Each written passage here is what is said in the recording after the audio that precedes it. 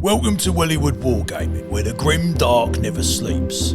Crack open a bottle of wild snake and spark up a low stick as we take a journey down Underhive. Greetings Hive Scum and welcome back to Wellywood Wargaming. This is the moment you've probably been waiting for. The new and improved Palanite Enforcers are here, and in today we're going to go through some of, not all of, the details in the new book Bastions of Law. Before I get started though, I'd like to say thank you to Games Workshop for sending me a copy of this book as well as all of the other goodies with this release. Now, I'm going to do an overall review of just the book today, the new rules and how enforcers have changed since whenever they came out before, I suppose. A lot has changed. They are a fully fleshed out gang and everything has been consolidated into one book now, which is just fantastic. And they feel quite different. So with the book, you'll notice that it is slightly smaller than some of the other Necromunda book releases to date, as you'll see displayed behind me here.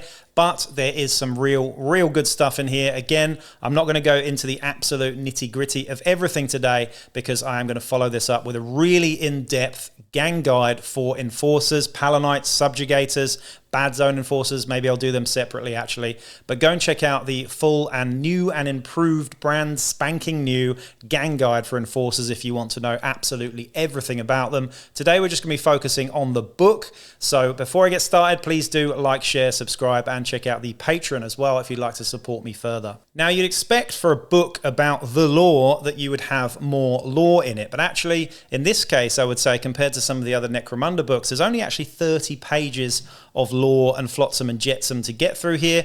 I am very much a rules person though. I tend to skip straight to the meat and potatoes of this thing, and I haven't actually read all of the law yet, so I will go back, but first I want to digest all of the cool new rules and things that make enforcers a fully fleshed out and developed gang in terms of Necromunda. So going straight to the gang composition now, this has changed a little bit. They have been simplified and streamlined and they act exactly the same as other gangs in Dominion campaigns. So they get their settlement, which is a unique settlement by the way, and they will get the boons from different settlements and territories in Dominion campaigns just like other gangs. In fact, they've specified here that if you get the toll crossing, they act like an Orlok gang and you get the boon from that, which is pretty cool, and you get the Delac boon from a drinking hole, for example, as well. But otherwise, for all intents and purposes, they operate exactly the same in a Dominion campaign as any other gang. Now, let's begin with the actual changes that we've got here because there are quite a few. The first one, I'm going to take a look at the new Palanite Enforcer leader. No longer do you get subjugator leaders, you now just get one leader and that's that. One of the biggest changes I've noticed to enforcers so far, apart from the stats, which we'll get into in a second, is that now you get the option of armor. You don't actually come with armor and you don't actually come with a stub gun anymore. That has gone, which is interesting. It means that you do have to now pay for armor, but I think most fighters are cheaper. Again, with the stub gun, you don't get the backup stub gun anymore. So it's a little bit different there. You do, however, get the free magnicals on every fighter, which is something that they've kept. Now, the Palanite Enforcer Captain is 120 credits now and has vastly improved stats. We've still got the same movement. Weapon skill, ballistic skill are 3 pluses, but they have a whopping 3 wounds, which is the same as an Orlok leader and a squat leader. That is excellent. So we've got a really survivable leader here.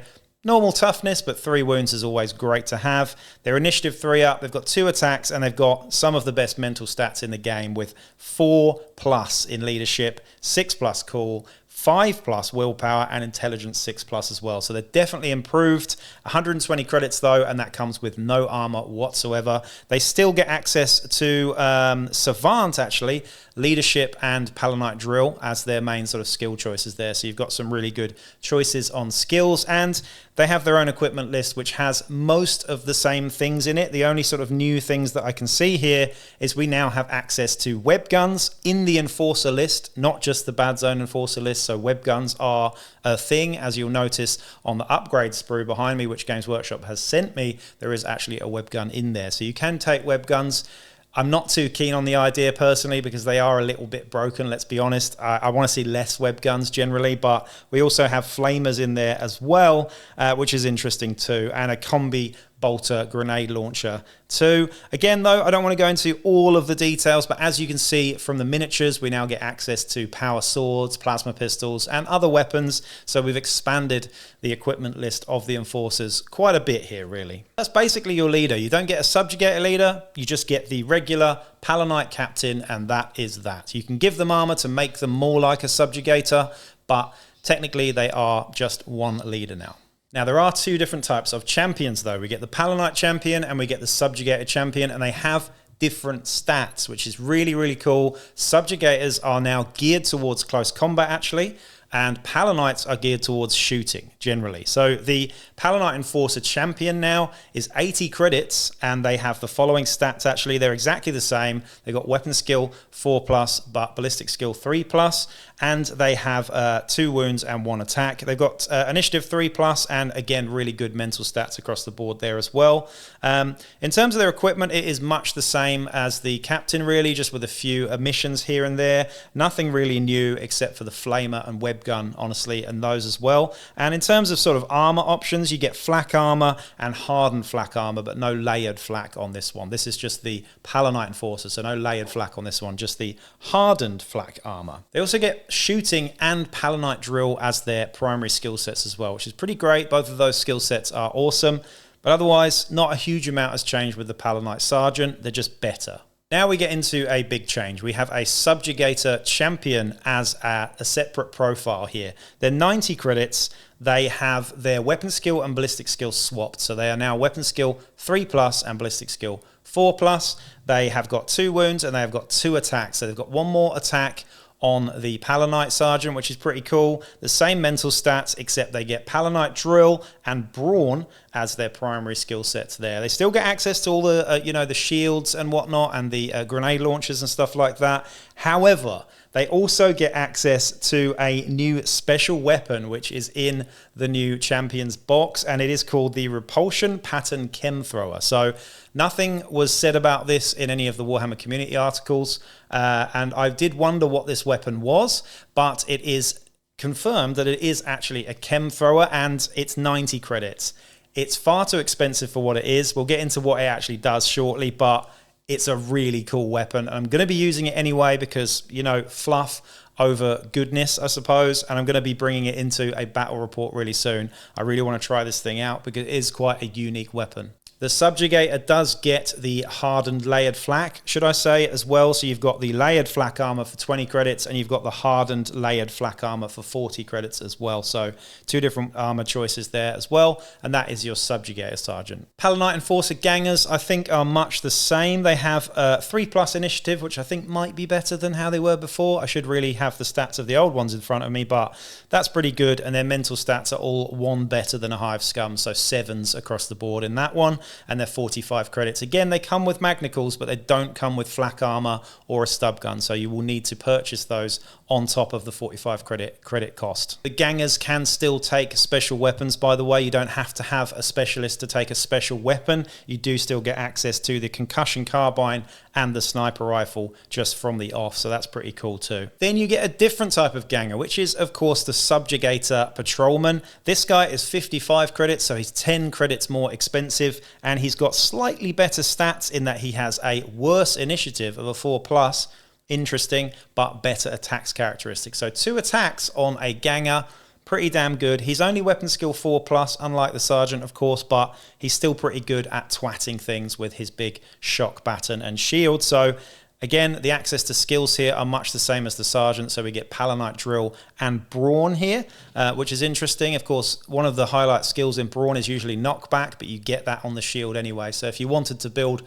one of these guys as a close combat monster, then obviously you're probably going to give him the shield anyway, so you might not want to give him that Brawn skill. Usually I would take Palanite Drill skills on these guys because, yeah, they're pretty cool, really. Another big change here is the Palanite Rookie. We used to have a mechanic where you got them for free if someone died, pretty much. That has gone. They are now a Juve. They have the Juve sort of keyword, and they are 25 credits, which is nice and cheap, actually. They're pretty decent, too. They're movement 6, so they're a bit faster. Their weapon skill, ballistic skill 5, which is the same as most Juves. They're initiative 3+, and they've got 8s across the board for their mental stats. So exactly the same as a Hive Scum, 5 credits cheaper, worse ballistic skill and weapon skill. But, they get access to shock batons, auto pistols, stub guns, things like that. Just pistols and close combat weapons, really. And they get Palanite drill as their primary skill set as well. I really like these guys because you don't have to give them armor. You can just go with really, really cheap guys with stub guns just to sort of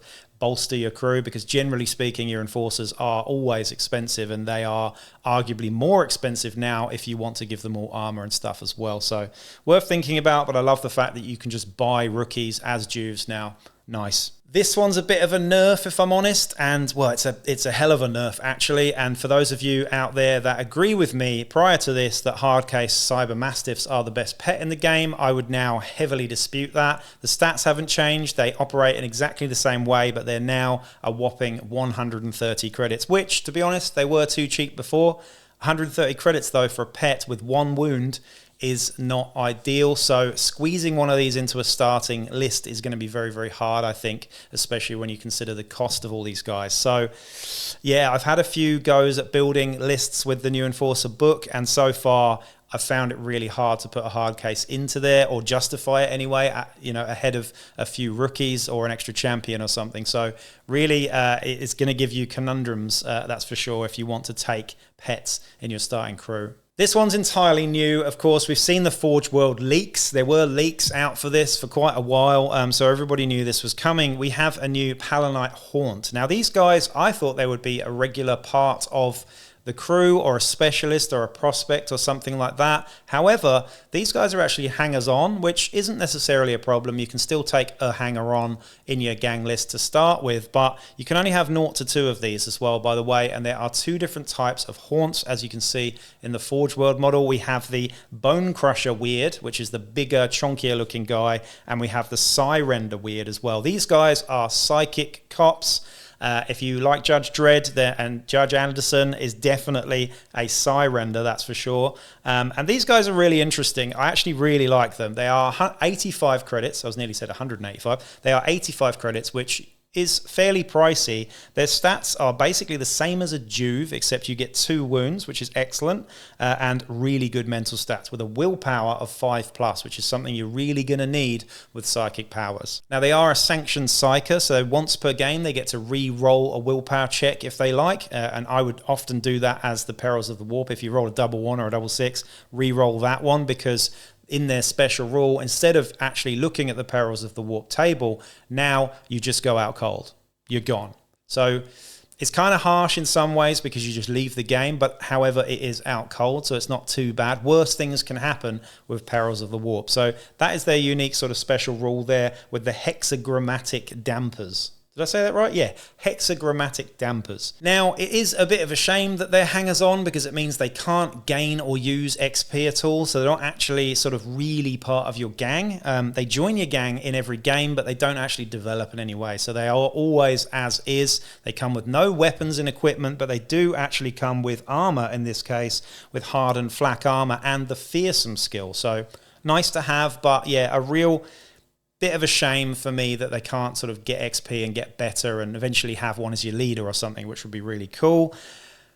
The main thing, the main sort of point of difference with these guys is obviously you get 2 to choose from. So when you hire one, you can either have a Psyrender or you can have a Bone Crusher. Bone Crusher doesn't sound very cop-like to me.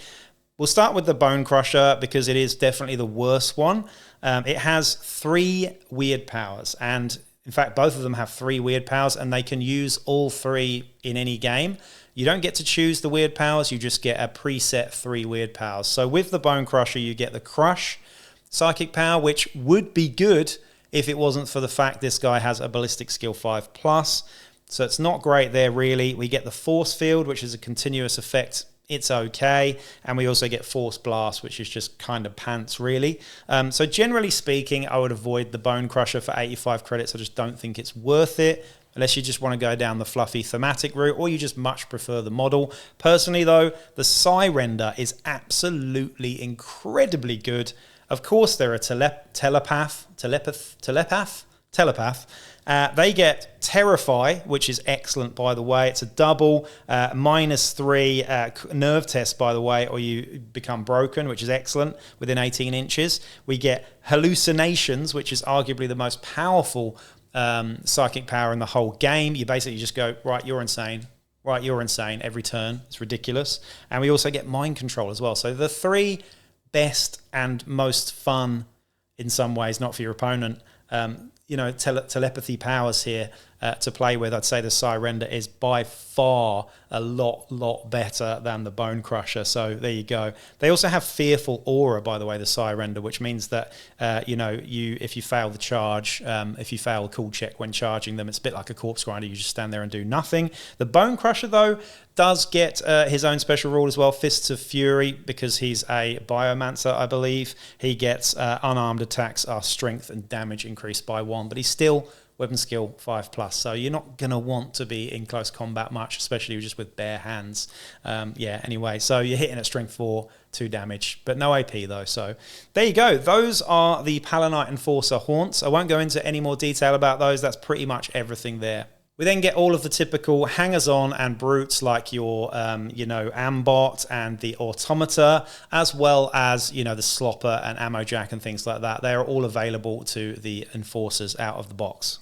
As this book is consolidating everything, we have the Enforcer Tauros Venator in here, as well as the profile for the crew member too. Those have all been put into here, as well as Surveillon, who is the Dramatis Personae. Only one Dramatis Personae in here, and that is Surveillon. However, we do get the rules for the Palanite Companions as well, which I've done a video on. If you go and check out my Imperial Alliance video, that will give you the lowdown on their disintegration guns and just how cool they are as well. Palanite drill skills have not changed at all, so there's no point talking about those right now, but you get a new unique mechanic which feels a little bit sort of, I want to say half-assed, but it's not. I mean, it's nice, it's good to have extra stuff, but you have 5 choices here between different prefectures, and they all have a sort of central theme, I suppose. When you start your gang in a campaign, you will choose one of these prefectures. The first one is the Palanite Prefecture, which is pretty sort of self-explanatory. You get a couple of unique skills, and some of them are pretty cool, actually. I'm just going to highlight one here because, again, I want to save most of the detail for my gang guide, but the first one is a officer down double action that you can do as a skill, by the way, called Call Reinforcements. This is pretty cool. Once per battle, this fighter may perform this double action. If a friendly fighter has been taken out of action in this battle, then during this round's end phase, a friendly fighter of the controlling player's choice who is not on the battlefield or in recovery arrives as a reinforcement as described in the Necromunda core rulebook. I really like this. It's very thematic, it's very cool, and if you're playing a small game, one of your guys goes off, you bring another one straight on from reserves, which is really nice and could actually win you a game. So that's one of the ones from the Palanite Prefecture. The next one is the Minerva Prefecture. This one is all about beast handling. So if you want to lean into the Hardcase Mastiffs, then this gives you some extra 3 skills to sort of handle the Mastiffs better. Off the top of my head here, one of them increases the distance by 6 inches for that pet. So your pet can stray up to 9 inches away from the owner. Pretty cool. There's some other ones in here as well. You get to command them and do some other stuff, give them extra activations as well. So it is nice, and it does actually make the hard case slightly more worth it, I suppose, if you're going to lean into that. That said, I still prefer the Palanite one so far. We've then got the Secundan Prefecture, which is really cool. There was sort of like talk of maybe a Secundan Enforcer gang coming out at some point, but this is basically it. You get to use this one, and pretty much it's all a vehicle-based sort of skill set. So we get some extra vehicle upgrades, which are pretty cool. 3 vehicle upgrades in here, the Vox Disruptor and the Electroshock Projector, as well as the Suppression Siren. So yeah, go and check out my gang guide if you want to find out what those do. We then get the Badlands Prefecture, which is pretty cool as well. This one gives you actually really unique thing that I don't think people really use much is bionics in Necromunda. This one gives you much cheaper and more readily available bionics. So that's quite interesting. I quite like that one. You've also got the Poison Sea Prefecture. This is the last one here. You get some immunity to gas and toxin, as well as a shock amplifier, which is a close combat weapon with shock. You can add this to a shock weapon to increase it by 1. So you're shocking things on 5-ups and stuff, which is pretty great as well. Also, the Poison Sea gives you access to drugs. So Frenzon, Ghast, Karma, Obscura, things like that are now much less in rarity and more readily available and cheaper too. So some things to consider there. I still like the Palanite one because I think that backup one is excellent. The Palanite Enforcer tactics card deck, by the way, which also Games Workshop sent me, thank you for that, is flipping awesome. There's some really good stuff in here. Some of them feel like they was kind of hastily written, maybe not a huge amount of thought into them, but some of them are really, really good. I'm just going to read one out for you here. This is Combat Drill. Select D3 fighters, this is at the start of the game, by the way, for the duration of the battle. They each gain a random Palanite drill skill. I really like that. Giving extra skills in games is just really cool. They come in with a little bit more experience, perhaps. That's a really nice one. So I'm not going to go into too much detail on the others, but that is one of the tactics cards you get access to here as well. There are only 2 scenarios in here, which I think is probably normal at this stage. We've got Asset Seizure and the Getaway. The Getaway is an Ash Wastes one, and Asset Seizure is pretty standard, to be honest. Nothing new or special really in these instances, unfortunately. But we do also get the rules for Badzone Enforcers in here as well. Now, I love my Badzone Enforcers. Prior to this book release, I much preferred them. I like the idea of them, the narrative sort of fluff of them and stuff. However, they have kind of been a little bit nerfed, I would say, or in fact just surpassed by the new Enforcers. And that makes sense. These guys are definitely not as well drilled. They don't have as much access to equipment, and of course they get enlisted hive scum as well. The stats haven't really changed much. The Badzone Enforcer Captain is now 100 credits and gets Brawn, Shooting, and Palanite Drill, which is an interesting combination. Again, maybe he's more of a fighter. He's got slightly better weapon skill, but for a leader to have ballistic skill 4+ is not great. He's still got 2 wounds, he's still got 2 attacks, but he hasn't got the great stats of the Palanite Captain. So 1 less in terms of the ballistic skill and 1 less wound as well.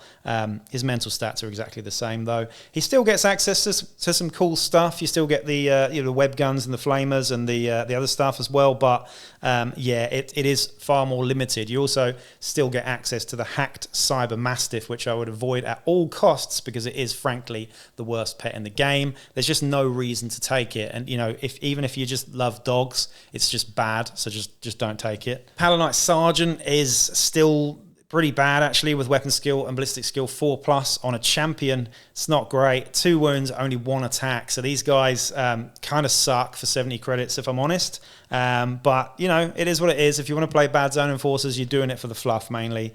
And you get the Badzone Enforcer Patrolman as well for 40 credits. Again, these guys all come with Magnicals, no armor, no stub gun.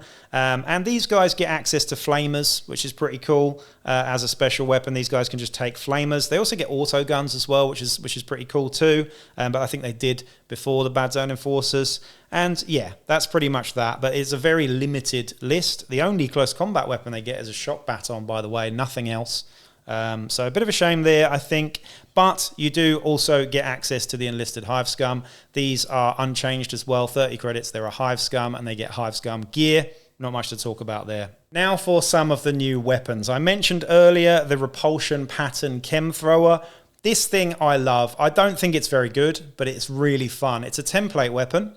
And it is just like a chem thrower in that it is gas. So, you need a toughness roll or higher to wound the opponent. They get no save, but they also don't get pinned as well. So the fact that you're not pinning stuff with this does make it a little bit painful. However, it's cheaper than a normal chem thrower, I think, isn't it? 90 credits. But it also has fear. Now, here's where it gets interesting. Fear and gas don't really work too well together in the mechanics. I think how it's supposed to work is when you read fear, it says that it surpasses the normal effects of a wound roll and stuff. So actually, I think what happens is if you hit something with this, you roll for the gas. So you roll to see if you wound them, and then they make a cool check. If you wound them, they make a cool check at -2.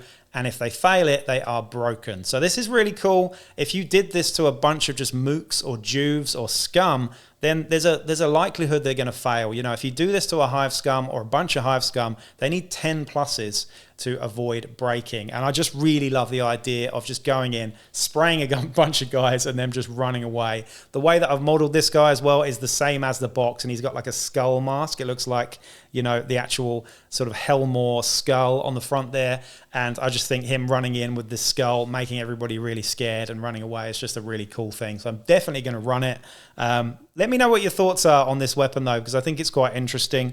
If I'm missing something with how gas and fear work together, does it still wound the fighter as well as causing a break check? I don't think so. I think it is just gas, wound roll, then the effects of fear.